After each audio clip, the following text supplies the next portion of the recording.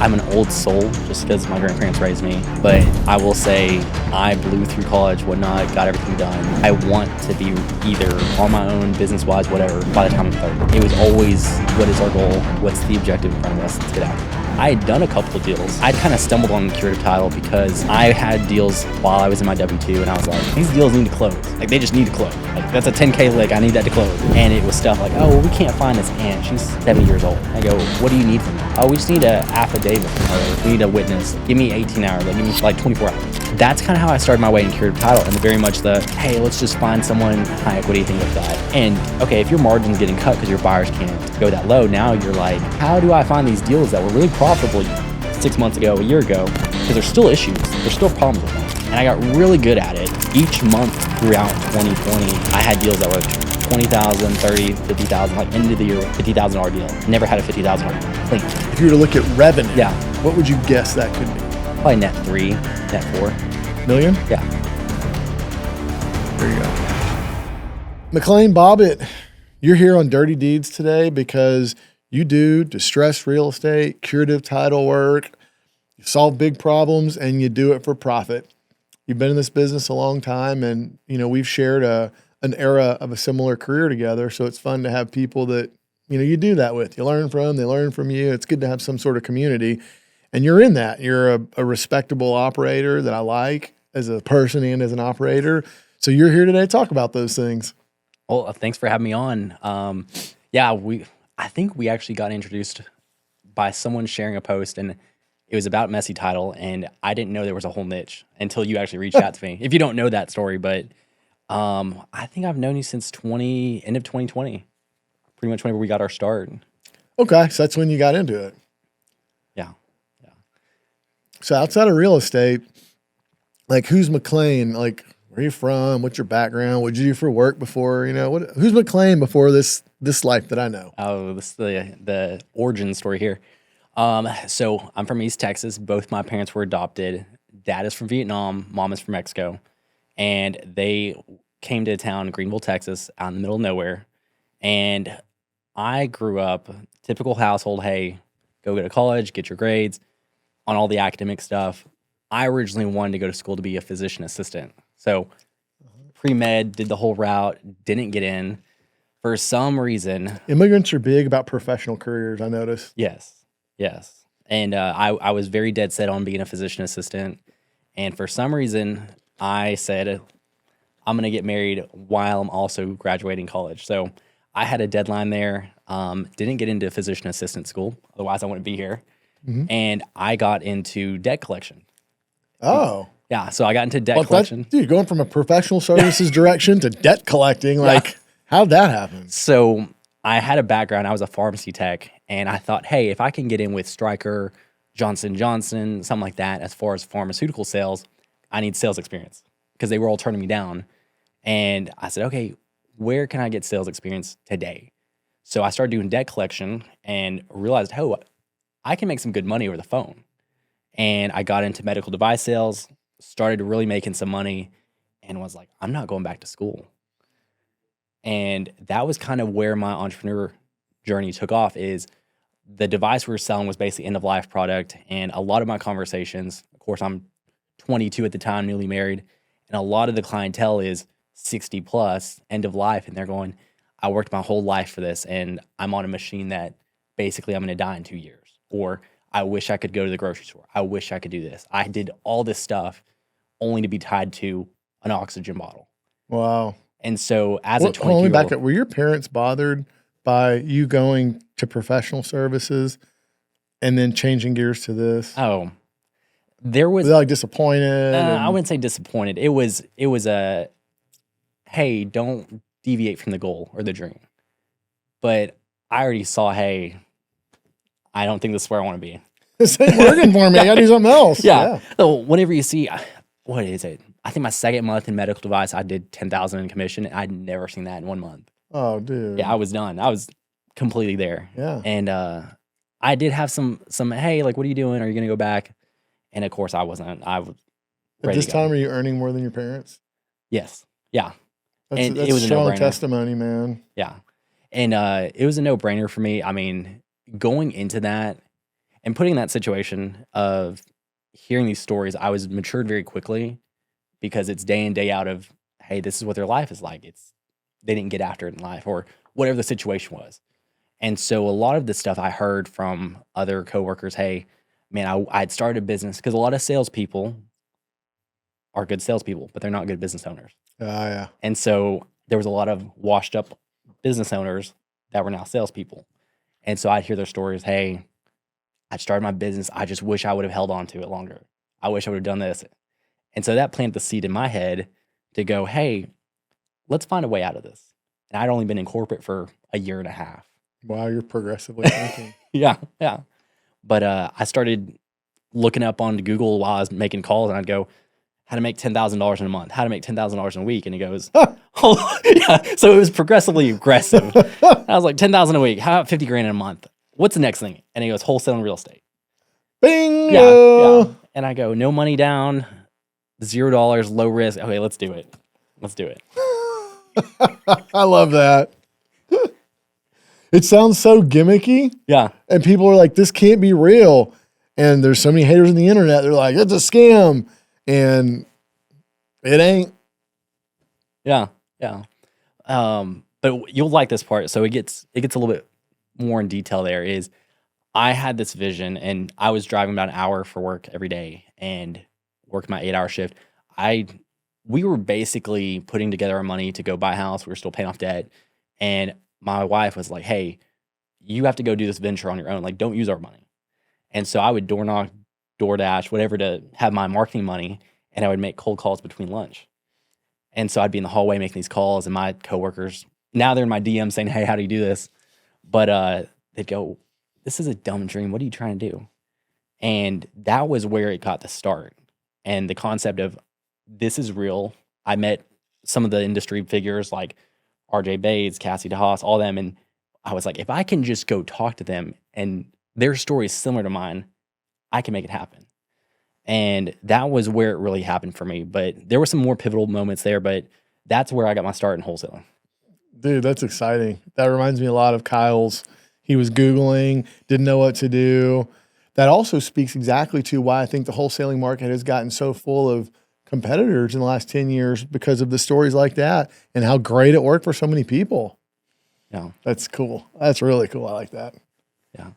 Well, as far as I guess the next step in my pivotal moment in my story was at that moment, that was probably end of 2018, I was actually let go from that same medical device jobs. And if you don't know on medical device, anybody that listens to it, watches it, medical device is very susceptible to being just bankrupt within years or completely getting sued. Yeah. So this company, now I can say it, but they had basically done a pump and dump. And so they hired a bunch of employees, bumped up their sales, fired half their sales force before reportings for end of year. And SEC hit them with the lawsuit. Medicare hit them with the lawsuit. And I just got let go like 3 weeks before. Dang. And so it was kind of a blessing in disguise. And that kind of led me into, hey, look, let's find something else. And it was software sales. And it was for real estate, multifamily, commercial, things like that. Very large SaaS industry leader. And I got my teeth there. And I remember the day I got hired, I told myself, I said, hey, this is the last W-2 I'm going to work for. And this was it February of 2018.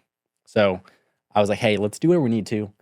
This has been a dream to do wholesale and do real estate. Let's do it. Because it took me 5-6 months of learning and like, hey, let's go do this. Dude, you've had 1 foot out of employment like since you got in it. Yeah. And again, it's that fear and you go, I just got to get past it. That's it.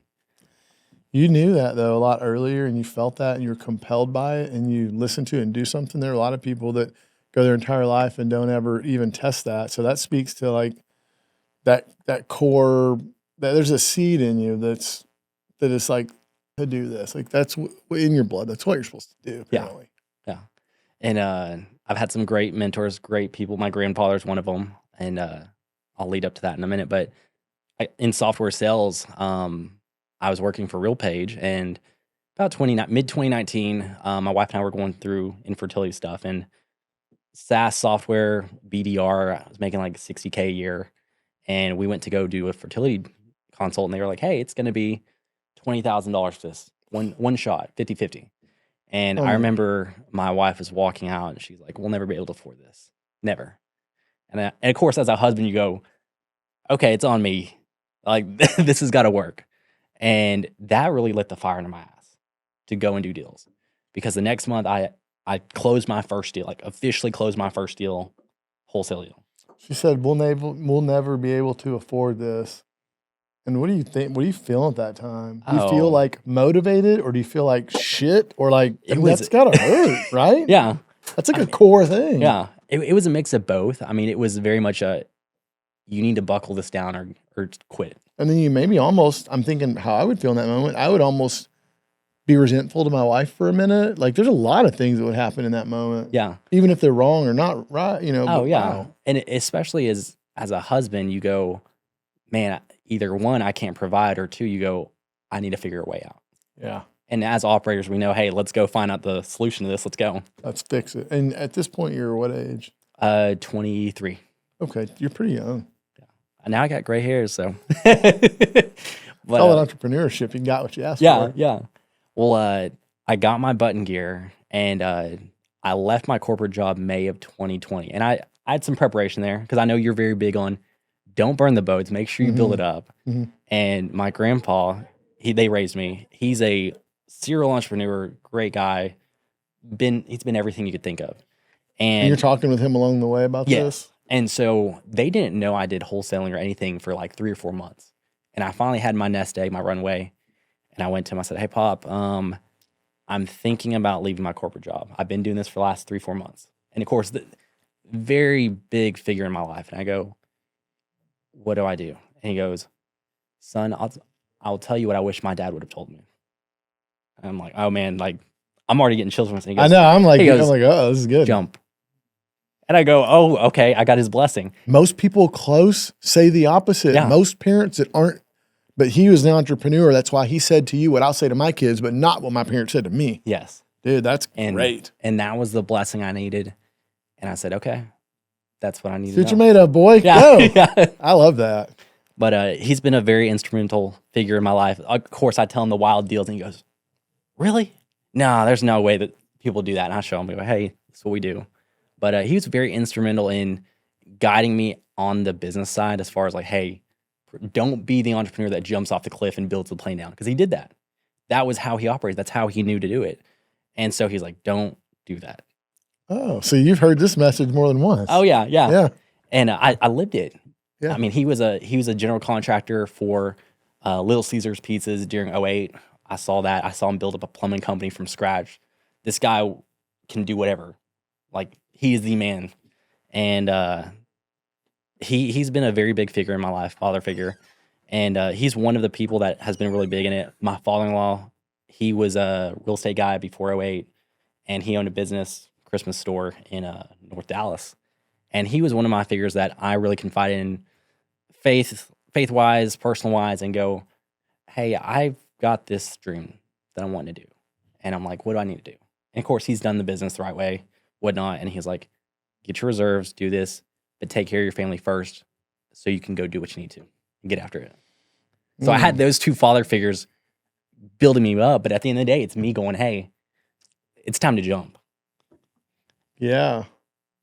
So what's the next step?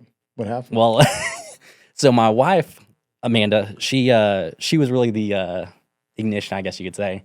So we'd already paid for fertility treatment. She's like, okay, well, you need to leave your job. And where'd that money come from? Wholesaling? Wholesaling, yeah, wholesaling.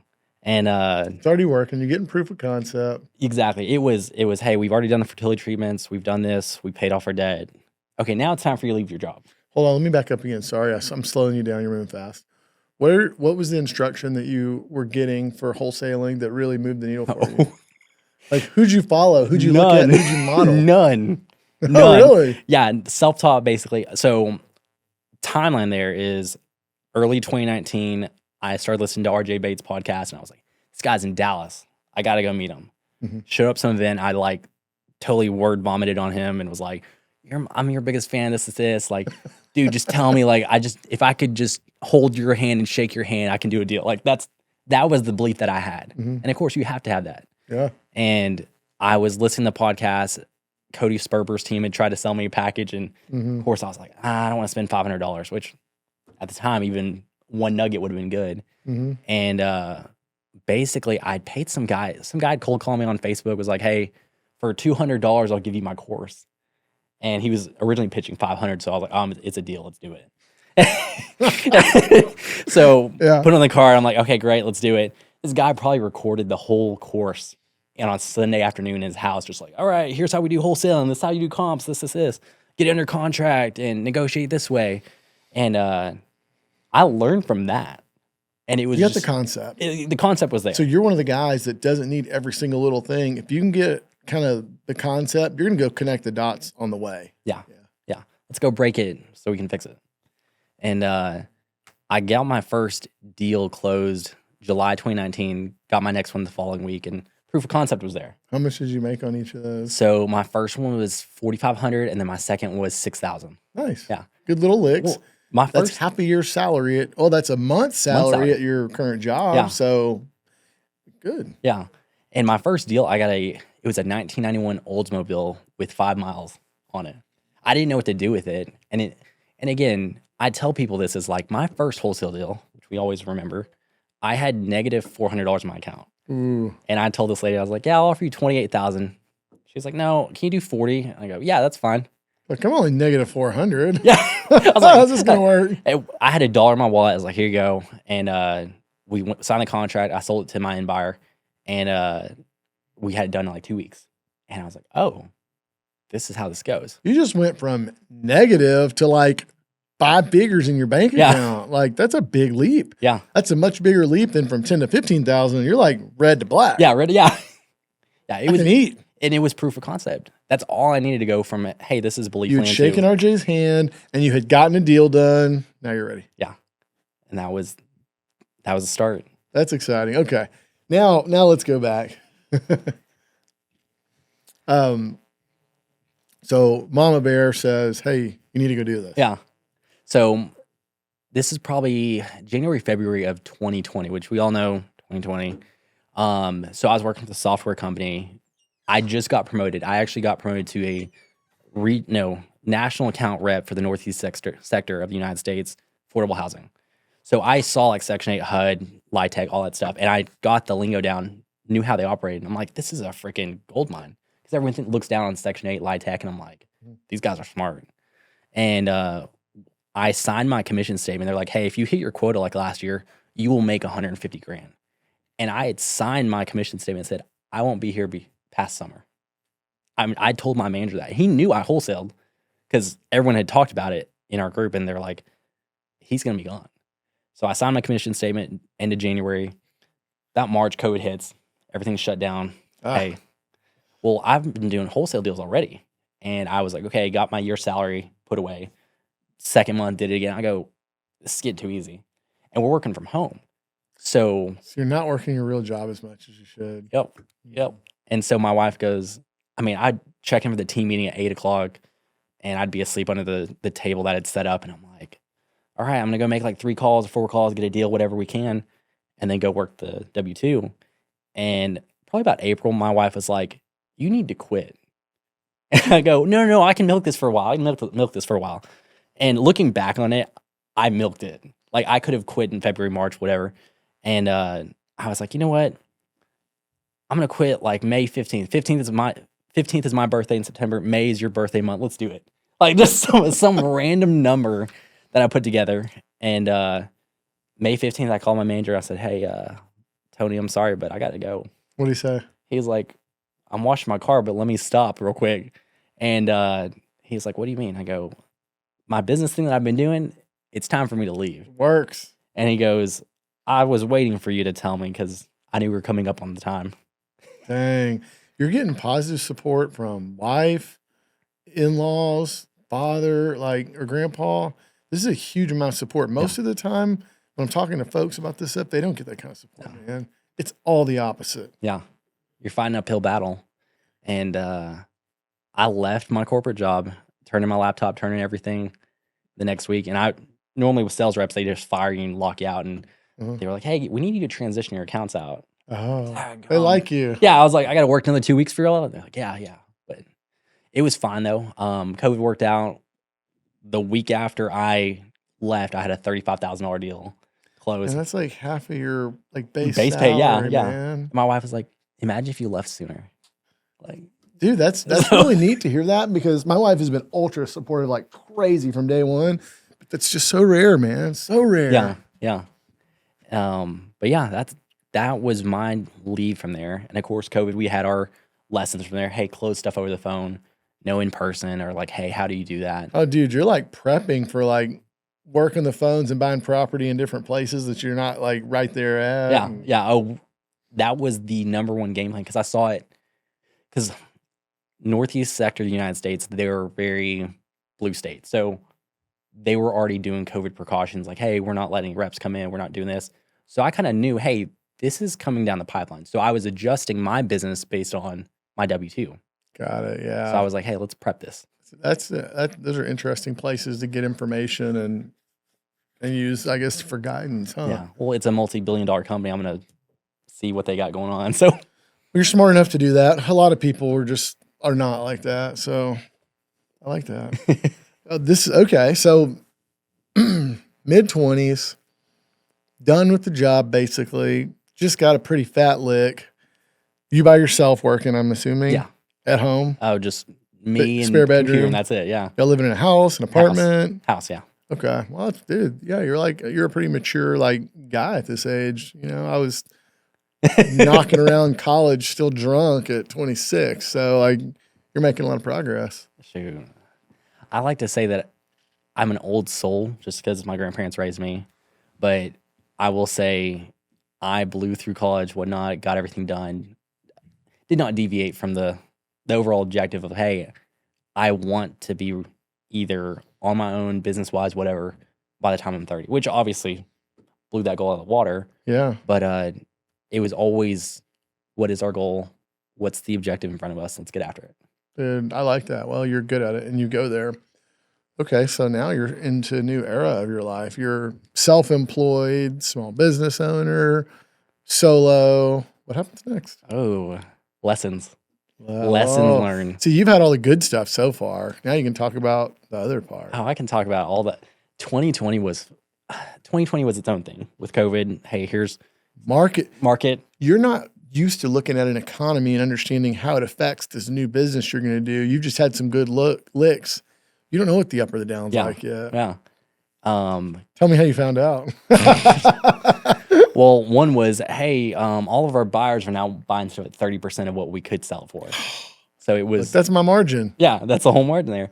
And I was just strictly doing the traditional wholesale. Hadn't found out what messy title was. I had done a couple of deals, and I'd kind of stumbled on curative title because I had deals while I was in my W-2, and I was like, these deals need to close. Like, they just need to close. Like, that's a 10K lick. I need that to close. And it was stuff like, oh, well, we can't find this aunt. She's 70 years old. I go, what do you need from her? Oh, we just need an affidavit from her. We need a witness. Give me 18 hours. Like, give me 24 hours. You were doing it for cheap then. Yeah. Now it's like, trade him down half on the price and I'll go get her. Yeah. And that's how it starts, though. Usually. Yeah, it's basically a gateway drug. Yeah. But that's kind of how I started my way in curative title. And then during COVID, it was very much hey, let's just find someone high equity, things like that.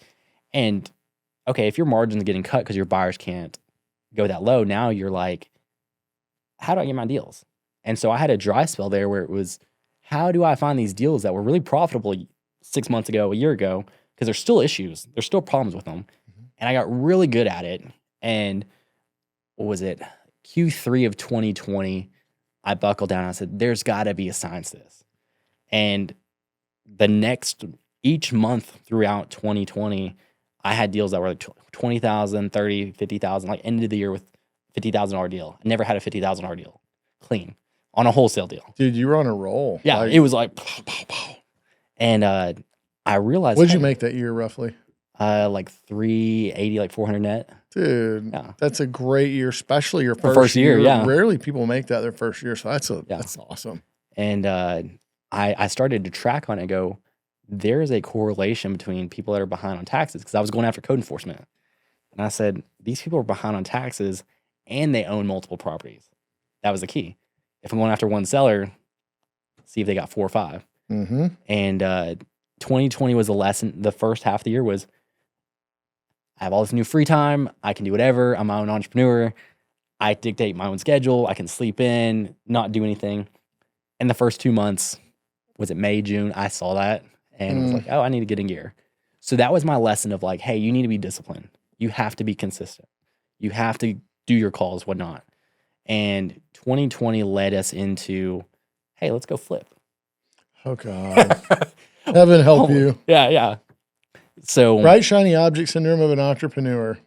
Yeah. There you go. Exactly. And we caught a heck of a deal, which again, you don't know the downtimes until you've been in them. Yeah. You don't know what a swift left turn looks like until you've ridden one. Yeah. And we caught a deal the end of December. It's a nice house. And I was like, let's do this. This is our first flip. Got it for $84K. Hard money lender was like, yeah, you can probably sell it for $210. I knew the neighborhood. Oh, you got a lot of margin in that one. Yeah. I mean, $40K fix up. And I'm like, okay, cool. That's a good flip. Logan, we sell that for $258. Wow. Yeah. 62-day turn time from the time we contract, remodel to sell. I thought you were going to go the other direction because things are changing. So no, I thought I wasn't hearing negative. That's later on down the road. So we're already, hey, this is flipping. We're great. Let's do this. And thankfully, you're doing better than the average flipper because you're buying at a better discount on the front side. So whether you just resold it immediately, you do pretty good, but you're also picking up that remodel on top of it. Yes. And every year, I'd say up until every year's got its own lesson. I mean, you've been in way longer, you know. Our pastor says this, it's not new levels, new devils. It's new levels, new graces. And you come through it and you go, how do we get through this gracefully? That's because you're bright. The other people say new level, new devil. It's a wreck. Well, yeah. I know some of those guys too. Turn and burn. But yeah, we did our flip. And then I put myself on a pace of, hey, we're going to wholesale, fix and flip. 21, 22 kind of went, hey, let's just get stability here. Let's figure out VAs. Let's figure out how do I kind of build out my stuff. So now you're not just doing a deal and then a deal and a deal. You're starting to try to put together some sort of operation. Yes. Yeah. Finding my bearings and going, hey, we can flip this one. We can wholesale this one. Let's do a rental here. Things like that. Besides you're growing some roots. Yeah. Getting a business going. And 22, 23. Let me ask this question, a little off topic, but what are you doing for like bookkeeping and taxes and stuff? Because this is a huge hurdle, and I don't talk about this enough. I should, but we've been on top of this like crazy because one of the partners here is a CPA from a large firm. But usually entrepreneurs F this up. What are you doing at this point? So we have our bookkeeper and then we have our CPA. And that was even in these years? No. Oh, okay. Our CPA that we were using, she saved our butts. You get your start. So you get your startup year. I didn't know this, but if your LLC starts, you can have a startup year. It's basically a wash. Yeah. And my CPA was like, hey, you didn't do this, or this, because it was my first year. And she was like looking at our stuff from 2020 and goes, you need a startup year. Like that's your get out of jail card. And so we were able to wipe out pretty much most of our tax liability. And she was like, okay, let's restructure LLC, tax and S Corp. Let's go this route. And from then on, it was like, okay, we need to have a bookkeeper because you got the flips and you go, oh, that's an accounting nightmare. Yeah. And it's all coming out of one account. Yep. That Profit First saved my butt in 2022 because it was like, hey, separate this, keep it separate. And again, you learn. You start going through and you're like, okay, the initial goal leaving my job was to make money. Now we made good money. Mm-hmm. Now it's how do we reduce that tax liability, or like how do we not screw up? And again, that is a huge thing right there because I get calls on my mentorship calls and they're like, how do I structure this? Or like, what do I do? I just made a big chunk of money on this deal. Now I'm leaving my corporate job. And people are like, what do I do? So that's a good topic though. Honestly, if y'all haven't had your CPA, I think that'd be perfect. Yeah, that's actually a really good point. I like that. But moving on, like 22, 23, bebopping along, hey, let's build out a business. I'd hire 3-4 VAs at a time, let them go, didn't know what to do. And of course, that was more of a reflection on myself is there's no bad teams, there's bad leaders. And I love that quote, but I also resented it at the time because it's the mentality of, well, I'm a business owner and I have the money to pay someone to do this job, but it's not the way I like it, and it's not getting results done. Oh God, that's a tough place. Yeah, and it all came down to me being able to go, maybe I'm not teaching them right. Maybe I'm not putting SOPs in You're place. taking ultimate responsibility. Yeah, and I had a lot of VAs I went through, 22, 23, and it was, hey, I just hired someone to make calls, someone to do acquisitions, someone to do admin for me. And it's like, we're not getting anywhere. Well, why? Yeah, I'm spending money, I'm fooling with you people, but ain't nothing changing. Yeah. So that's the part that holds was a lot of entrepreneurs from going to the next level because they experienced that and like, it didn't work. Well, it didn't work because you didn't do it right. You have to try it again, but you have to try it differently this time. I mean, everybody can grow. You just can't do it that way. Yeah. And if you do, you have to learn. Like, you just can't keep, was it insanity? Keep on doing the same thing over and over. And expecting a different result. Yeah. And I'll say 23 was our, hey, let's, what was the pitch? What's the pitch? Not growth. Let's scale. I think that was a big thing in 23. Everybody says scale. Yeah. And everyone's version of scale is different. So 23 for me was like, hey, I want a big team. I want the big office. I want. Well, you know what? Sorry, I'm going to interrupt you real quick. You're But good. what was happening at that time, though, is obviously like all the social media channels, Instagram or YouTube, all that is really just taking off. The market is super hot. Yep. A monkey can do well and look good. Yeah. So even a fool can be impressive. And we had some of that ourselves. Things perform better than they should have. And it makes sense that a theme in the marketplace would be, let's grow, let's scale, let's get better. That makes sense. All boats rise with the tide. Yeah. So the goods and the bads are all doing better at the moment. So let's scale. Yeah. So you're like, all right, I'll do this. Let's do it. Yeah. Let's go hire 5 VAs to cold call and let's hire lead A manager. lot of people did that. Yeah. And within 24 months, their teams looked a lot smaller. Yeah. Or, hey, we only know how to do novations. That's it. Or hedge funds. That was a big thing too, which a lot of people don't realize right now. Which we didn't sell to. I think I only sold to like 2 hedge funds, but we were getting stuff cheap because we knew, hey, here's our conversations. But it was, let's apply this. Hold on, sorry, I keep stopping you. You said we're getting stuff cheap.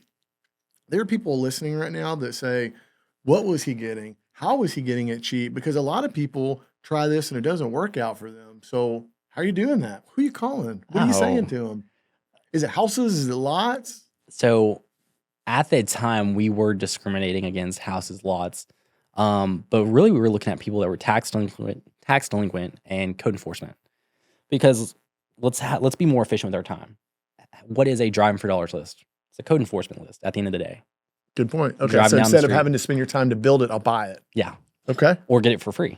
Yeah. And so we really just looked at anybody that was tax delinquent, code violations, or code liens, stacked it with the 2 on the software, and we went after anything that was, hey, there's enough value in the property. Let's go after, hey, 5 to 7 years was our sweet spot. And that's how we're getting stuff because people didn't care. They're like, I've tried to sell it 4 times. I can't sell it. Yeah. I'll give you $500. Yeah. So what, are you in the Dallas market or where are you at? Because you're living semi-rural to Dallas. Yes. So I live technically it's a secondary market.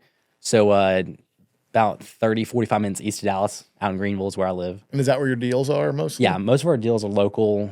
We do some south in like Kaufman, Collin County, but there's so many deals that are messy title, curative title.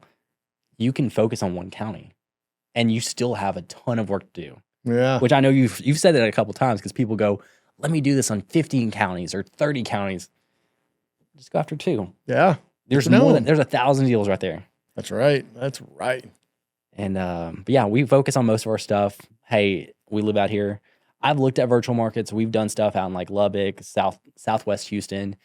And at the end of the day, if you haven't completely just smoked your market, why do something different? Yep. So at this point, you're doing tax delinquent, code compliance.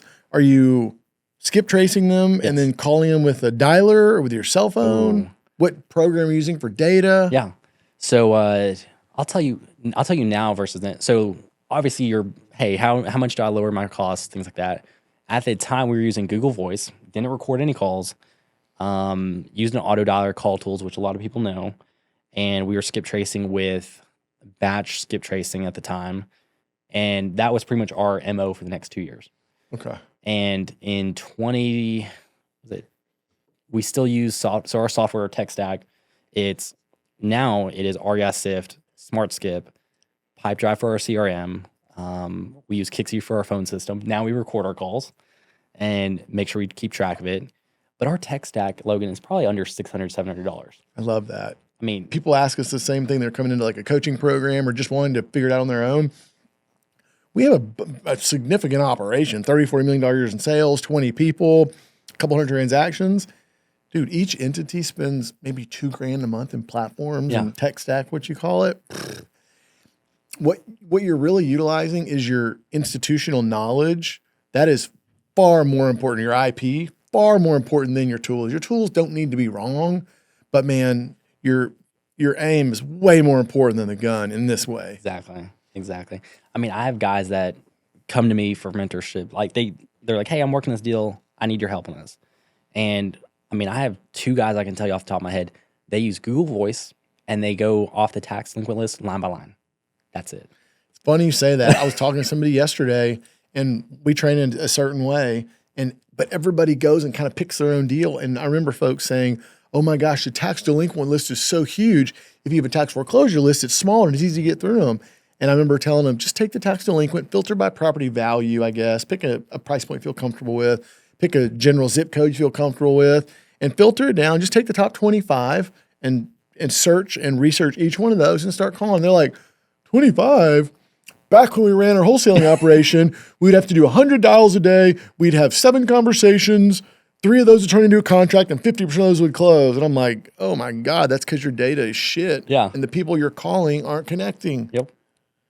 And it's a whole different change up because I've since switched in the last 2 months. Obviously, since your event, I've switched my front end cold callers to everyone is a closer now. Oh, good. All right. For example, like yesterday, we had 5 deals come through. 4 are viable, 1's not. But these are, hey, we are sending out notaries to get the deeds. Obviously, we switched up our model on it, but it became, hey, instead of 3 to 5 leads that are, hey, we're interested in selling, it's, dude, take it away from me. And so my VAs. How are those different? As far as the ones that are like, just take it away from me, I'm done with this. Oh, it's tax delinquent, our normal MO, but it's the people that are 15, 20 years behind, and it's the people that have already been so far distraught. They have They're flat like, out given up. They're Yeah. done. Early on in that process, you've heard me say this before, where I compare it to like a college student gets behind on their first credit card payment. You know, there's this delusion that you're going to get caught up. And as time passes by like the 4th or 6th month, you're like, fuck, it's going to mess up my credit, but I can't pay it anyway. Yeah. Well, imagine having a credit card that was 10 years due and they're still sending you notices. You're like, I'm for real done. Yeah. Same concept. Yeah. And, so you've chosen to, and Jordan yesterday was saying, he narrows his focus down and he makes far fewer calls than we do, but his close rate is ridiculously high. Yeah. He's looked for depth where others don't normally find it, because the programs are not getting the right contact info. So he's calling people that no one are calling. Yeah. It sounds like you've narrowed this down with a different focus, or with the same quality of focus, but on a different part of the data. Yes. Yeah. Our VAs, obviously, well, my whole team's Philippines. And even your closers? Yeah. Which is not many people give credit to that. They can close. That's like incredible. Yeah. But also, whenever you put them in a position to close leads that are like, hey, just take it off. It's okay. I don't want to take anything away from them, because I know that you're working hard to train them, but that is more of a process-oriented, transactional. It's less sales and more of like customer service. Yes. And so like our VAs, so their background is solar sales and then excess proceeds, because they know the background. That's what I specifically looked for, was excess proceeds background, closer role, and then solar sales, because of technicality. And so I taught them the Texas entity chart and go, hey, if you hear this is what we're doing. Boom. Yeah. And of course, if they're like, hey, we got idea. one person on the board, let's get the rest. Let's do a follow-up call. Yeah. Not everything is a one-call close, but we have more one-call closes that I can give recordings of than I can of follow-up ones. Man, These are great problems to have. Many people's problems are I've made more calls and can't get deals done. Where's my process broken? Things like that. That's not the case for you. This is so fascinating because we have our operation. We have 5 businesses running all different ways, but in this similar fashion. Yeah. And every time I talk to a new person in depth about where it's going, it blows my mind that all the things that make you different from me as a person affect how you operate. And it's just a little difference, but it's incredibly effective. Yeah. It's like the 4-minute So you're in mile. a great spot. Okay. So now let's go back to like timeline here. So you're in the middle of it. Deals are working. You've already made, mid 6 figures in a year. Now the next year you're planting roots or growing roots. And you're starting to figure out this is a business. Let me make this better. Okay. What happens now? So scaling 2023 scaling. Hey, let's go scale. Let's go get VAs, whatnot. And my mistake, which honestly, it was truly my mistake on this. And again, hindsight's 2020 is I went to go scale out something that should not have been scaled out, which is the curative title part. Let's go apply 6 cold callers to. Your bottleneck is technical. Exactly. And it'll bottleneck with you because you know it. No one else knows it yet. Yes. And so that was hey, let's go buy 30,000 records and we're going to filter out through all of it. And we're going to try and do niche, curative title, tax delinquent, but with way too many cooks in the kitchen. Okay, now it's like, okay, we're broken because obviously you have 5 cold callers, 3 acquisitions. Okay, now you just have a lot of people that don't know what's going on and you got a lot of data and it does no good because now the hedge funds aren't buying. And so your normal buyers aren't paying as much anymore because those are the guys that are always going to buy and you left them behind. And so I tried to apply the scaling. So I tried to apply the scaling. I was like, screw this, we're done. Let go of the bulk cold callers. Kept our admin, our staff that was like, hey, what's our niche essential stuff? Basically tore everything down. You've got an identity crisis this moment. Yes. You're stopping and saying, let me go back to the basics. Who am I? Yes. This is very common for dumb entrepreneurs to smart ones to guys who get sidetracked. This is so common. I'm not going to interrupt you. Keep going. But we did run into a similar situation where wholesaling commercial things changes, and we had that happen too. So yeah. And you go, what I need to do, which 24 was my first year to have losses. Which really? I did not. So 23 sounds like it was a good year. And as you're going through all these things go wrong, 24 is negative. Yeah. 24 was my first year to go negative. And I'm like, I've never had this before. Because, of course, that's always in the back of your head is you hear people say, oh, well, business only lasts 2 years. If you make it to year 5, you're making it. Shit, you might have thought you were terminal. Yeah. And it's kind of one of those things where you're like, how do you handle with grace? And that was my lesson for 24. I did get a little bit prideful, took on a bunch of flips we shouldn't have. Because whenever you're like, hey, we got what made you decide to want to do that? Make up for lost money? No. Well, no, we were ahead of everybody. So rolling into the end of 23, all the hedge funds stopped buying. And we're still getting deals for 20 cents on the dollar, 30 cents on the dollar. So who's your next best buyer? Yeah, for that good a deal, Let's go buy them. Let's do it. Well, we got into all these deals. We were buying 2 deals a week. Yeah. That's some inventory, man. But we could do houses, we could do full remodels in 23, 24 days. Turn and burn from the studs down. Wow. So that's fast. Yeah. But also our days on market was 40 days. And then the market was transitioning. I don't know if that was your fault. If you'd have sold it at a discount, maybe. Yeah. But the market was wacky at that time. Yeah. Well, at the time into Q1, it was slowing down. It went from 40 days on market in our areas to 110. Yeah. That'll end your ass. So it was hey, offload what we need to. This is wartime, which I know we've had this conversation before is you'd rather be a warrior in a garden instead of a gardener in the war. And it was, this is a wartime. What do we need to do? We need to cut the limbs to save the body. Bingo. And it was a very humbling moment because we were still in the middle of flips and it's hey, we can't cut this one. We got to finish it. We got to get through this. Okay. And wholesaling honestly kept us, hey, we're still in the black. We're still good. Dude, step back for a minute. 30,000 foot view, looking down in. Wholesaling has been a really good staple of what you've done from the beginning. Yeah. Forget that. Yeah. And a lot of the flippers I talk to, they go, man, these wholesalers getting these fees on us and there's no risk. And I'd heard that all this time and I still said, let's go flip this. Let's go do this. It's okay, man. We've all been there. Mistakes, but you know now. Yeah. And I don't think you'll do that again. No. And my identity crisis was the flipping. And it was probably June of 24, July 24. And blood was all on the wall. It was like, hey, market's already shifting. We know what's going on here. Mm-hmm. And I was down to my last, I think 5 or 6 flips. And I was at Lowe's and it's probably 8 o'clock at night. And I called my wife and I said, in which I was distraught. I was like, I don't want to be doing this. I hate flipping. I don't want to do any of this. I didn't do this. I want to be home with my family. So what do you do? So we sold off the properties we could as is within the next 2-3 weeks. And Liquidated incomplete construction Yes. projects. You did that? Yeah, just here you go. Did you take losses? On those ones, we scraped by because remember we got them for Lot like low. 30, 40 cents on the dollar. Dude, So we could do that. that is a very wise and astute thing to do. Most people say it's going to sell for a discounted market. It's incomplete. I'm not going to do that. I'm going to, beg, borrow, cheat, and steal to finish it. That's very smart of you to draw a line and say, cut my losses now. Not most. That's the opposite of what most people would do. That's bright, dude. And that was which I have my what would Logan do moments. My father-in-law, we both joke on that. I'm like, what would Logan do? And that was honestly one of my moments where I went, I need to get back to Curative Title. And I was like, how do we do that quickly? And we consolidated our stuff, said, hey, okay, cut this one, finish this one. We can make our money or at least get break even or make up for the other ones. Mm-hmm. And the next month, I cut a check to our project manager, our subcontractors. I'm like, hey, I'm not flipping. Y'all can go. Because remember, they were like, he's got house lined up for us because they're getting paid either way. They don't care.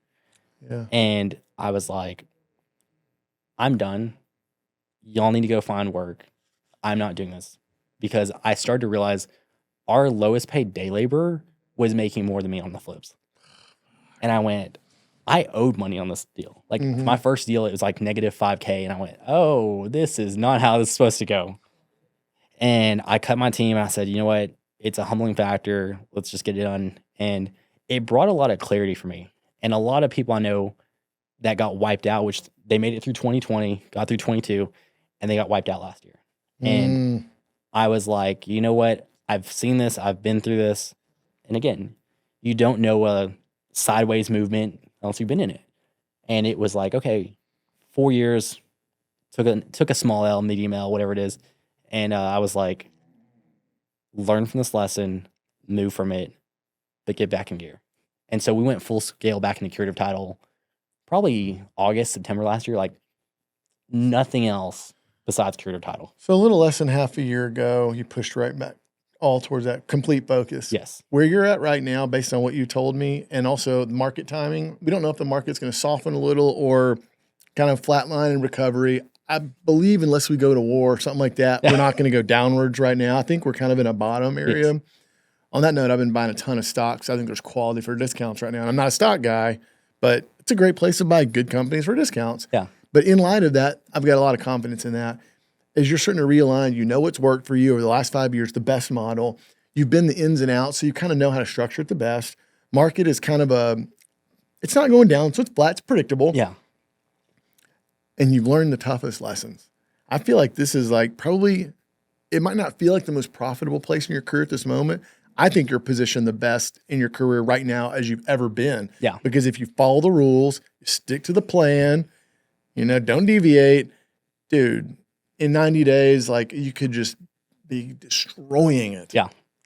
And that's what we're seeing now. I mean, good. Since we made those shit, I mean, obviously after the event, talking to some of the guys, I'm like, if we just tweak this a little bit, we can speed up our deals. Like talking to Ryan, Carl, and some of the other operators at the event, and it's like, how do we speed up the process? Okay, let's do this. And it was like, okay, let's find our Dan. Like, let's go find our attorney that's, hey, I'm here right now with the seller.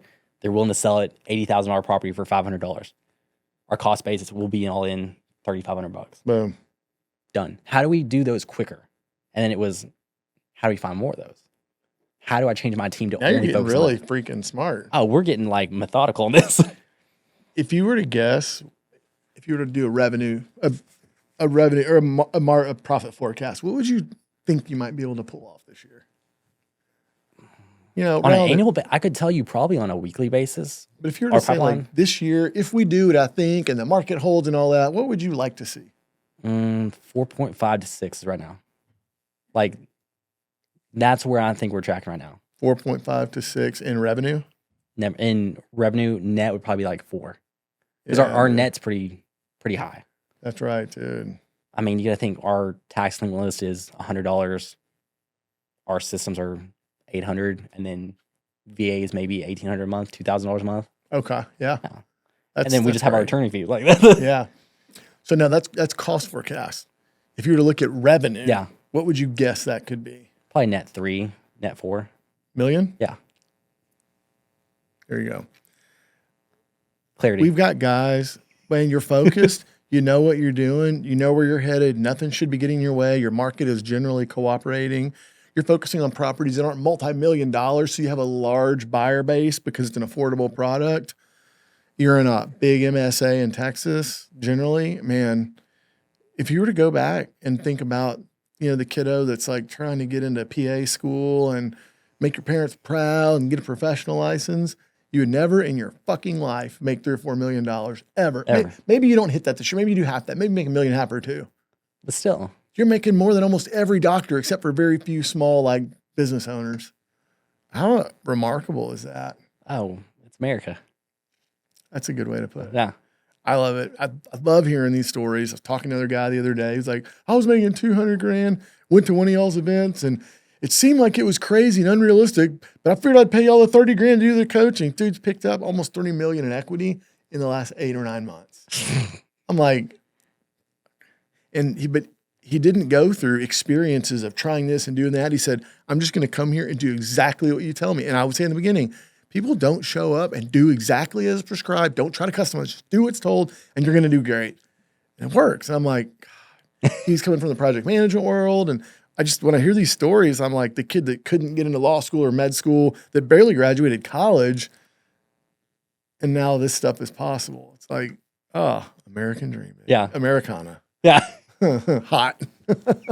Wow, that's exciting. Well, I want you to stick exactly on that goal. Yes. I want you to not deviate. I want you to just go right at it and just stay laser focused and go right there, because I will be happier than a pig in shit if I see you knock off $3 million this year. Even from having good years in the past, though, all it takes is 1 year like that to change your life. I've had killer years, but there's a time where you like do your first year to make $1 million, or there's other milestones after that in a single year, and it's just it's life changing. It's financial statement changing. It's confidence changing. Like, wow. Yeah. Dude. And I love that. And I'll say it took that being humble to go, this is not what I want. This is where I'm meant to be, is curative title. Got to look in the mirror. You got to be honest with yourself. Entrepreneurs are very, what's rolling for? Optimistic. Optimistic, yeah. And that sometimes can be the worst thing for you. We lie to ourselves. We cheat ourselves out of things. And we make ourselves believe stuff that's sometimes not true. Now, when you're doing it and it's good and it gets you to the right place, good. But when you do it in the wrong way, you fuck yourself, man. But no, I'm excited. All right, keep going. This is fun. I love this. So, I'd say, and I love coming to your event. My wife is like, who's Logan? Okay, this is like, why are you going to this dude's stuff? Yeah, it's just like, you always go to his stuff. But it's always something fun. For me, like, it always revitalizes. I try and go to one thing a quarter. Like, not, hey, go to 20 events, go to one thing a quarter. And I love that yours is the first of the year. Again, not because I'm on the podcast, but that is like what sets my statement for the year. Get you started. Yeah. Good. And I'm glad we can be that for you. And it aligns with like, hey, who am I? What do I do? Okay, this is what I'm meant to be for the rest of the year. And let's go grow off that. Let's be an operator in curative title. And 2024, it was very much that, okay, we've got our dead weight cut off of us, or 2025 is we got our dead weight cut off of us. We're back from the identity crisis. We know where we're at. We know what we do. We know why we do it. The conviction's there. And it was very much okay, we're back on the horse. We're back in the saddle. Let's get after this. And now we are rocking and rolling. I'd say we're doing like 3 deals a day right now, because some of them we're buying out the interest. So obviously we're getting title 24 hours, 48 hours, same thing. Yeah. And then we have our normal deals, which are like, hey, seller wants to go through title, still works, we'll wholesale it. But we are focused on let's buy out the interest. What percentage of your deals are getting title insurance when you purchase them? If you guessed. Oh, we flipped it real quick. We went, I would say 95% of our stuff earlier this year was going through title insurance, getting it done. Oh, wow. Yeah. If you're able to get that much, okay, you know what else that tells me? Inherently, you're doing deals that are dirty enough to get a good deal, but clean enough that you can clean up quickly. Yeah. Man, I'm going to tell you from an experience perspective, don't necessarily be interested in picking up anything that's dirtier that you must buy without title. Now, if you want to streamline your process, you can buy those same deals just without title to get them faster. Yeah. But if you increase your difficulty level without remarkably increasing your margin, you're going to lengthen your conversion cycle, and that's going to hurt. That's going to hurt. Yeah. So that means you're moving fast. So, and that's what we're trying to cut our stuff down is because what was it, 2 years ago? Our average curative title deal took anywhere from 4 to 6 months. Yeah. And that was average. That was just average. And it became, okay, we're not doing flips. How do I speed this up? Because I'd say 2024, if you look at just our curative title deals, we were under 60 days in title. Dude, that's great. You did a great job. Your box is narrow. Yes. I want that and nothing else. Yeah. I like that idea. And so after like coming to the event, talking to Ryan, Carl, I'm like, why have we not bought out interest on every deal or tried to? Well, why not? Yeah, let me ask you. Why not? We just never made the ask. It was always, hey, let's go to title. Let's figure it out here. And of course, they were like, we don't have anything to lose. So they'd stick through the whole thing, see if it got through. But now it became, hey, what if I can just get the seller out of the deal day one? Mm-hmm. And I think I'd messaged you back in January or December. And I was like, hey, I'm looking at doing this. And literally the next week, it was some guy that had evaded me. And I'll tell you the story. It was like hilarious. This guy had it was like 0.4 acres in town, middle of town, house burned down. He basically left it and impossible to find. His phone number is under his landlord. Landlord pays for his phone. And I found this dude. He lived in a shack, a literal shack. And there was a bakery out in this town. There's like 200 people in the whole town. And I go, hey, can you send some macaroons to this guy? This guy had never seen macaroons. What the heck? You're not sending pizzas? Yeah. Well, they didn't have pizza out there. And you're changing the plan. Yeah. But there was a nice little bakery. And I said, hey, can you send a box of macaroons to this guy? And of course, on the call, he's like, man, this is some good little hamburgers. This guy probably fucking hillbilly. Yeah. This guy had probably never seen a bath in like 2 years. And I remember I'd call him. He's like, yeah, man, this is some good little hamburgers. What are they? Macaroons. My wife loves macaroons. So I just like, here, give him this. Anyway, so the next day I'm like, you know what? Let's make the offer. And I think I messaged you. I was like, hey, I'm looking at this. Mm-hmm. And I was like, hey, how's a $1,000 sound? And I have that call recording. He's like, man, $1,000 sounds real good. I'll meet you at Lowe's parking lot tomorrow. You're like, boom. Yeah, what just happened? I'm like, okay, let's go do this. I'm gonna go get the $1,000. Yeah. And so we run our title search, which we have our overseas guy. He can run it overnight. So that was 4 o'clock. And by 3 a.m., we had the title search back. Everything clean. He's one air. It was his property. What was it worth roughly? 48. Dude, you're in it for $1,000, maybe a couple more grand for random expenses. You sell it, got cost to sell. You net $40,000 on a couple grand. Yeah. And this guy was that's the heart of this right there. Yeah. That's it. And a lot of people say $40,000 deal. Hold on, step back. You made 40 off of $2,000, and you did it in like 2 weeks. No, like 7 days, dude. Yeah, we had our buyer ready to go. If you could load 10,000 deals like that in the pipeline now, you'd be the king. I don't want no $1 million deal. Those you get paid faster. Yeah. Oh, that's great. And that was our main thing this year is velocity of the deal. Good. Velocity of the cash. But yeah, we signed on the hood of his car, and that car I thought it was gonna fall apart when we signed on it. Greenbacks. Yeah. Boom. And he's like, man, that sounds real good. And I said, look. Were you shocked when he said yes? I mean, I had to put myself on mute. You're you're I was like the deal high, you're bouncing around. Yeah. And I know the process. I'm like, we're gonna get a warranty deed and do this, and we should have it in like 24 hours, and we'll have cash in your hand. And I'm like, this is only $1,000. Like, you'll be fine. You'll be fine. What could go wrong? Yeah. And thankfully it was clear, title was clear, and so we signed the warranty deed at like 8 o'clock the next morning. Damn. And again, having an attorney that can be ready to go on it. Dude, juice those guys. When Christmas time comes, don't be surprised when we're sending people gift cards for $5,000, sending them 4 cases of whiskey. Like we step back and look what these guys are able to do for us. And even if we gave them $10,000 bonus, we would be stupid to not like, God, take care of those guys because he's able to make that work for you. Yeah.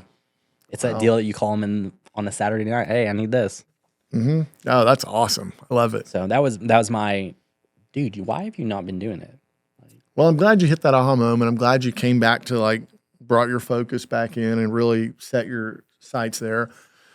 So one of the things that's always fun, a lot of times we all connect on social media because it's deal-related talk and Q&A and war room stuff. Let me ask you some like tactical, some deal-related stuff. Okay. It's like a fun part.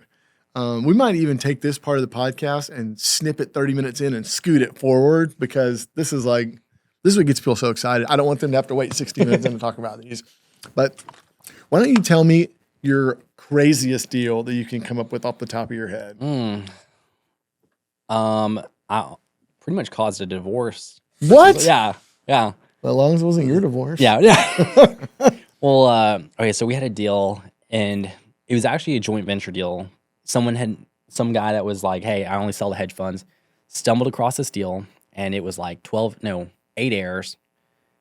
And I was like, okay, what do you need from me? He goes, So you had 8 owners. Oh, 8 owners, yeah. Because they were all next to do it. And I was like, what do you need from me? Like, you got a great deal. House probably worth like $90K. Hedge funds lined up for 75. He's got a contract for like 12. Okay, let's 12 grand? Yeah.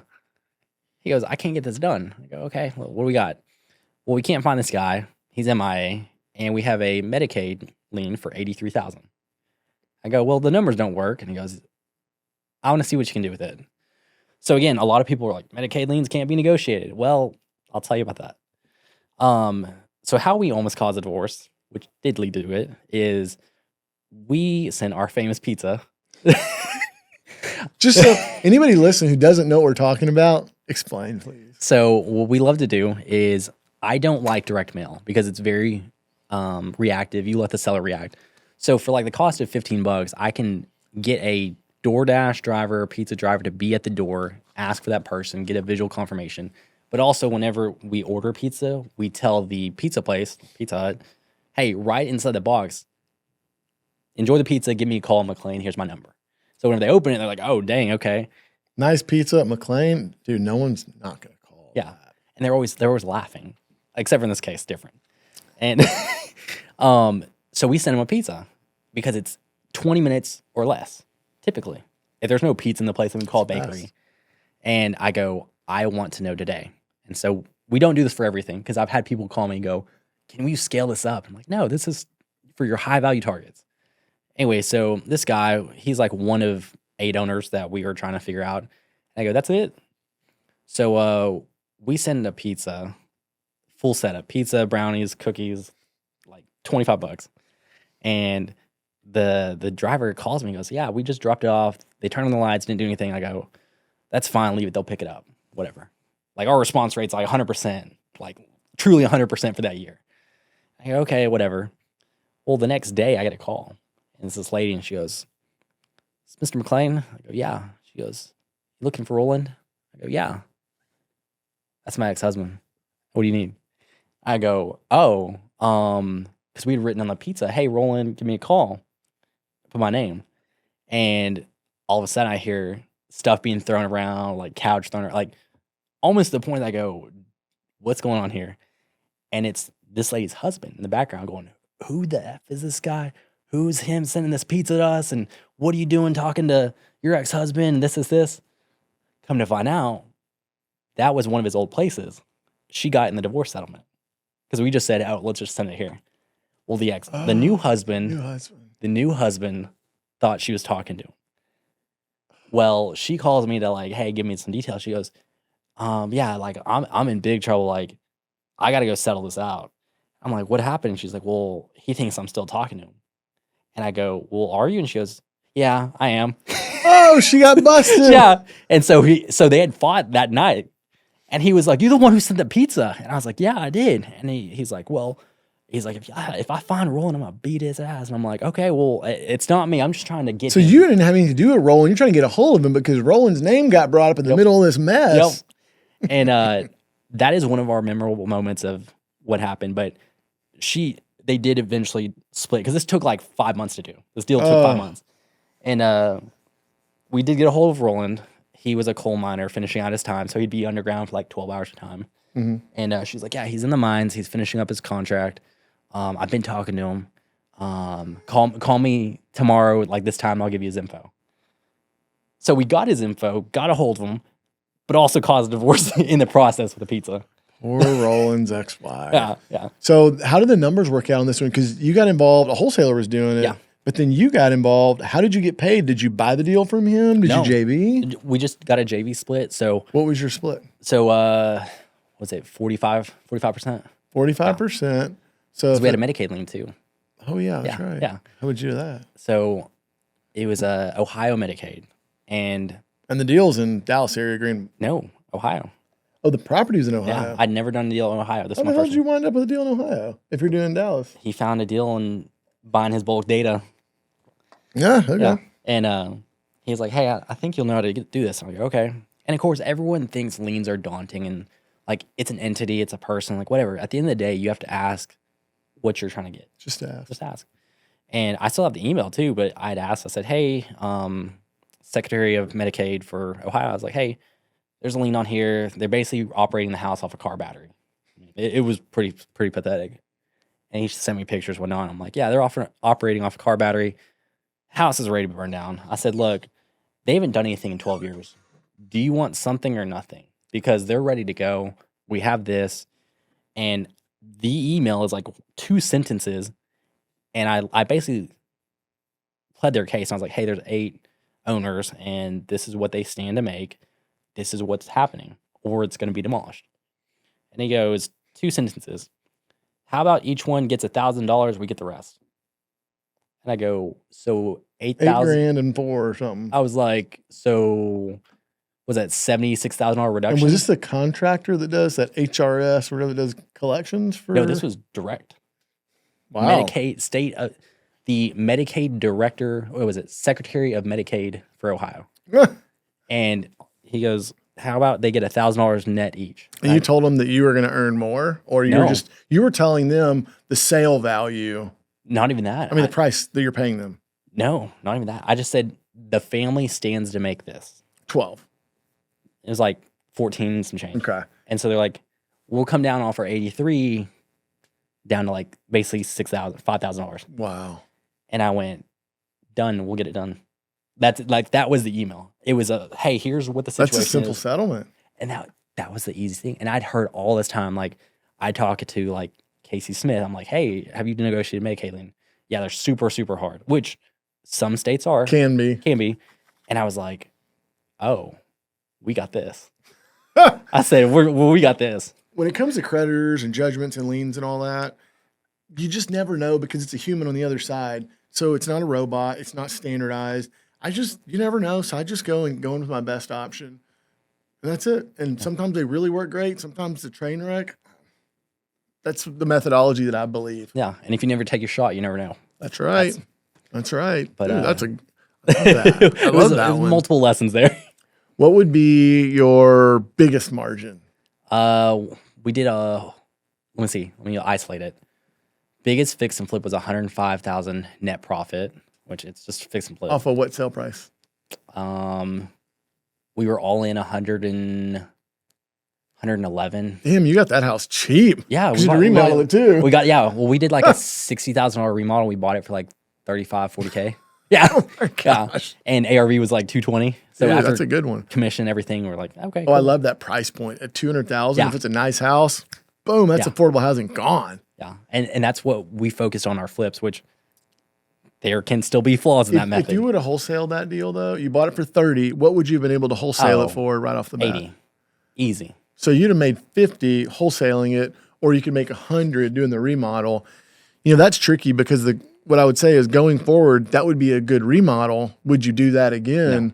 But okay, good. No. The reason I say that is if you have enough work and lots of pipeline build, your dollar per hour on the wholesale deal is thousands, tens of thousands of dollars an hour.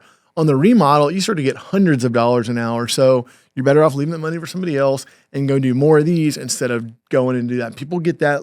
Yep. They get that confused. They don't transition well. They just keep going. But I made 50,000 on the flip, and it's like, yeah, but you spent 30 hours with the PM. And dude, you made go 50 picking out grand in the material. flip, but that time in your business doing the other stuff would have made a couple 100,000. Yeah. Okay, good. So velocity of the deal has been our motto. Good. The reason I ask you that is it would still be a home run in the flip, and you did good. So the question is, will you go back and do the flip? No. And I think you got the right answer. Yeah. Nope. Stick to what works. Yeah. Well, we had deals. I think last week I had some wholesalers send me a deal, and I knew, okay, hey, if we flip it, it's probably like 60K margin.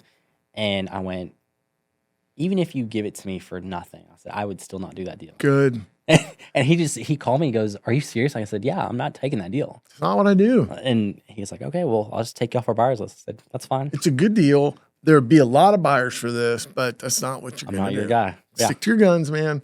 Good. All right. So let's see here. Oh, so today, tell me what your team's looking like at this point. Okay.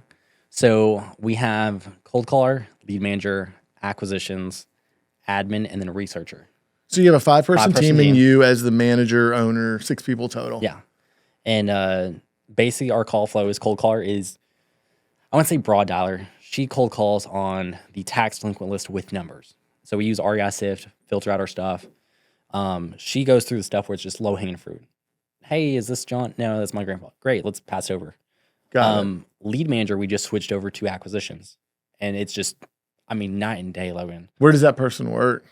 All overseas, Philippines. Oh, there's not any of them here. No, I've done the U.S. model. Dude, that's crazy And that you're effective like that. So I've done the U.S. model, and personally, like, I know this is a question we'll get to, is like, what's your workday look like?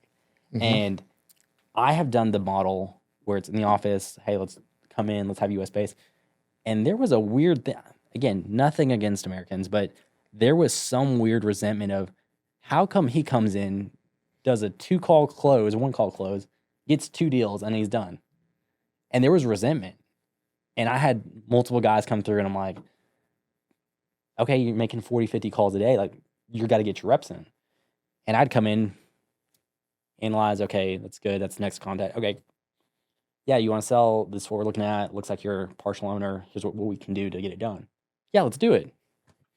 And there was resentment. You got the experience. They should look at that and say, how do I be like him? Let me be nice so he'll teach me more. And so I just went, you know what? Forget it. And I didn't like coming into I mean, I love the separation. I've got my wife, my daughter, the dogs, whatnot. But there was something about I do so well just going straight to work in the morning. And it was like, let's just do all remote. Let's just do virtual. Oh, it's impressive. There are a few people I talk to like that. And I would struggle with that. I just like to walk in and tell someone something and kind of have them around. I don't know. Yeah. It's different. Wow. Okay. So that's a relatively small team. So let's say you're able to produce a couple million in net this year on a team of 5 people with very narrow target, very small buy box. That's very efficient. It's very opportunistic. It doesn't sound like it costs $5,000 a month or less to run the operation. That's a very high margin business. Yeah. You'll still manage it at that point. You can't afford not to, but how many hours a week are you working? If you ask my wife, she'd say like 100. But like, you know, you're always thinking, you're like, hey, I can do this. And but physical hours. Like I'm in my office 45 hours a week, but my brain is always going. Yeah. So like how many hours would you say you're physically in the office? Yeah. I'd say 4 hours a day. Dude. 5. Yeah. I mean, if you call me in the afternoon, you'll probably catch me just going out like, oh, hey, I'm running errands, or hey, I'm playing Frisbee with the dogs, or like hanging out with my daughter. That's impressive. You've got a really good job of balancing all of these things with the right support and the right profitability. That's a really well balanced thing, man. Good job. And I think honestly, obviously the first 2-3 years were hustle. Hey, let's grind, get this out. And it was me sitting in there at Lowe's and going, I don't want this. I don't want the flips. I don't want this. Mm-hmm. And now it's easier for me to go, hey, we can stop working at 4 o'clock today. Hey, we can stop working at 2 o'clock. It's okay. Let's go to the park. Let's go do this. And because that's what I originally left Man. my W-2 for. That was why you did it. So Yeah. don't lose don't lose sight of that. Other people are buying tax delinquent lists. Other people are using in-house or remote callers. Other people are as bright as you. You know, there's a lot of this out here. But what's the special sauce that you got? A lot of people struggle to work the amount of hours you're working for the amount of profit you're looking at getting with the amount of effort that you give. Yeah. What's the sauce? What do you think the sauce is? I say focus and being diligent. So it's a lot of discipline. Like if I have my other watch on, my G-Shock, I have like my timer every 15 minutes, so 4 times an hour. If I'm off track, I go, how much time have I spent on this task? Okay, what am I doing? Am I still accomplishing it? What are we doing? Let's be focused on this. So 4 times an hour, you'll hear my watch go off. Am I on track? Am I doing what I need to do? Oh, wow. And who's it? Grant Cardone says this, like, okay, we can't create more time, but we can speed up. And so if I can do this a little bit faster, hey, how do I not lollygag on this? How do I get it done quicker? Or how do we hand this off? And also humbling myself and going, I know I'm great at this, but is it really worth my dollar time? That's a struggle for a lot of people along the way. Yeah. But being very diligent with my time and going, how do I... By focusing really hard on the time that you put in, Yeah. you get a lot for it. And outside of that, you can do other stuff. Yeah. A lot of people struggle with having other people help you so that you can get done what you need or do something else. That's like a big one. A lot of people need to take some note there. You told me about losing money on a deal. Is there another like monumental loss deal that you want to talk about? We took a bunch of them in 24. Tell me about one that stands out. Everybody talks about profit. They always talk about the profit. But I always want to talk about the other side of that. Where'd you lose? Where'd you fuck up? Where's the bad happen? You got to have both. You got to understand them. And again, like we do our after action reports where it's like, okay, what happened in this deal? Where did we go wrong? Why could we have done better? Where could we have done better? And we took a loss on probably 70% of our flips last year. Ooh. I mean, it was like... How many dollars is this? Hundreds of thousands. Yeah, a couple hundred. Like, I haven't told any of my family members besides my wife. And I'm like, you know what? That would kill most people. Because I knew operators that have been in the business 15, 10 years. I mean, I have a close contact of mine and been an operator 15 years, had a heart attack, veins exploded. Like, that's just one example. Had another friend, he basically cut everything, quit, went back to W-2. So I was like, you know what? I'm still on the side of the dirt. We're still in the fight. Wow. And it's a very optimistic perspective. Yeah. As a true entrepreneur on it, but there was losses. Like, for example, it was an inbound organic lead, great deal, 2,000 square foot house, got it for like 110. Probably need 30K in rehab max. ARV is 250. Can't lose. We're good. We lost. Not many people will laugh at losses like this. So I'll tell you this in a second, but other people will laugh at your losses, but not their own. Yeah, no. My wife goes, there was something that came up, and she was like, "You laughed like a mad person, like an evil person." And I go, "Well, I'm still on the side of the dirt, and they haven't killed me yet, so we're good." And working towards being deranged. Yeah. And she's like, "How can you laugh in this?" And again, it goes with carry yourself with grace through it. Right. That's been the hardest lesson, but.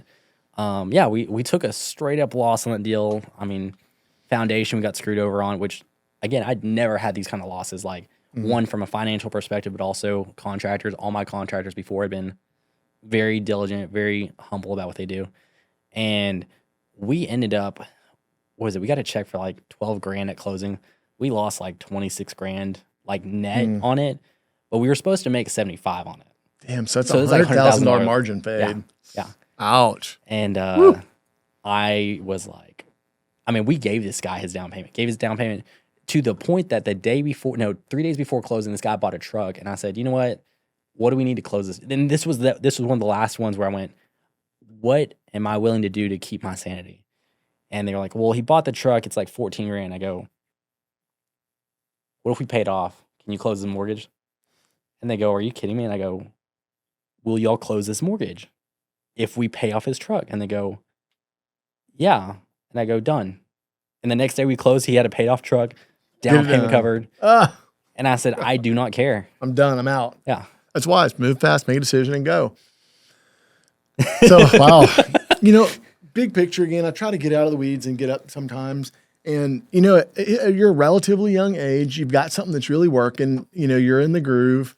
It's fun to look at that and say the traditional highest earning year, or typically the highest earning years of people, according to studies, are 50 and 60s. You're half that age and you're starting to have very good success.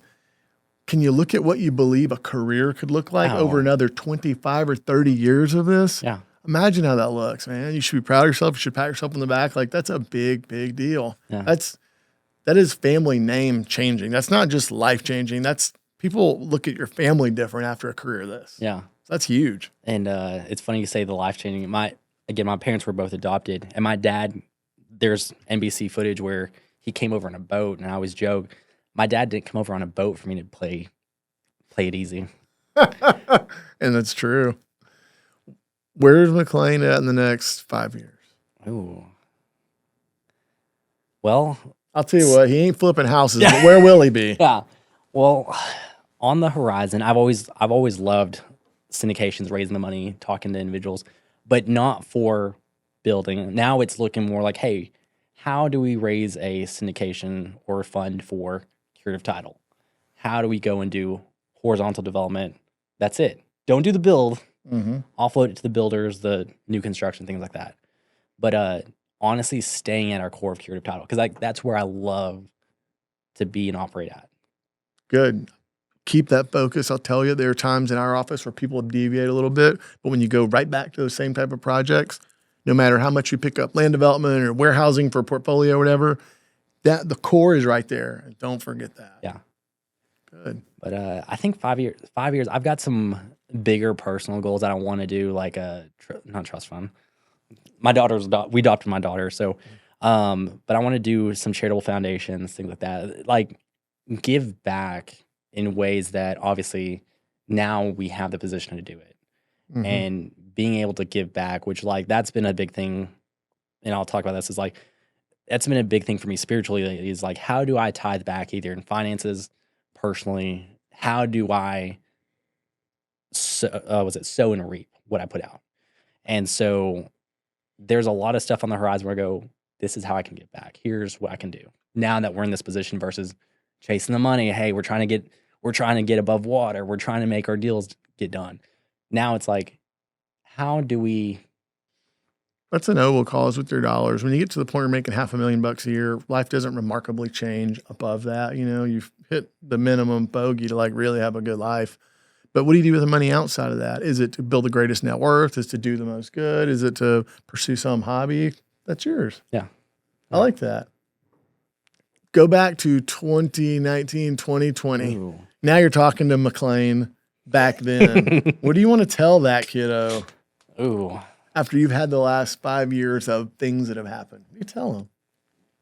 Well, it's funny because I've got a tattoo on my arm. I got married in 2018, and it says adventure.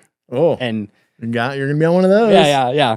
And honestly, if I were to go back, there's a couple of things I would say. Is one, don't give up, keep moving forward. Second is what my grandpa told me: jump. Go for it, jump. That's honestly it. That's perfect. You got the right messages at the right time, and you followed it. So it worked. I love that. Okay, man, this has been fun. I try to lay things out so that people can get to know who we're talking to. If they're interested in this business or they're in it and they're trying to figure it all out, I try to ask questions. It'll be tactical. Questions to you. It'll be tactical for them. One of the other things I like to ask towards the end is, if you're talking right now, if you're talking to the audience, they're out there in their car, driving around with their earbuds, going somewhere. What do you want to tell those people that are trying to figure this out, working through their business, but they're like, I want to do this work? What do you want to tell those people? Ooh, there's a lot of lessons I could tell you in my 5 years. Network with people that are doing exactly what you want to be doing. And that was my thing for 2025 is, if it's not a hell yes, it's a hell no. And get to it a lot sooner. Instead of this shiny object, truly look at it. And if anyone's listening to this, because I sat in my car for about a year and a half, and I was like, if I got to Telecom Parkway in Richardson, and I would get to the exit, and it's 5 minutes from work, and I'd go, if what you're doing is not what you want to be doing in 5 years, why the hell are you still doing it? And I told myself that for like 8-9 months, and was like, how do I move the needle forward? How do I move the needle forward?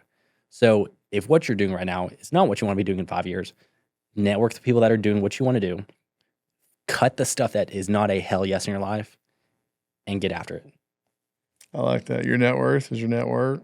Go work that and go do it. A lot of the things you said are very action oriented, and so is that. Good. Well, thanks for that. Well, we're going to wrap it up today. Mcklane, you spend a lot of time on social media channels and networking. If folks out there have some questions, want to JV a deal with you because they're in your neck of the woods, or they want to find you, how do they find you? Yeah, so they can find me on Facebook. It's first name, last name, Mcklane Bobbit. Instagram, same, Mcklane.Bobbit. And reach out, send me a DM. If they're going to go skip trace me, then kudos to you. I've only had 2 people do that before. So, but yeah, just reach out. Any JV deals, we'll voice memo, we'll respond to your message. Good. I'm going to put all your information in the caption down here. So company name, email address. I'll skip your phone number. But otherwise, all the other stuff will be down there so they can find you. So I appreciate you spending your time with us today. Thanks so much, Mcklane. Yes, sir. Thanks so much. No doubt. We'll do it again. My commitment to you is to deliver the most interesting, messy, and profitable real estate deals on earth. And in exchange for that, I only ask that you subscribe to this podcast and share it with a friend who can benefit.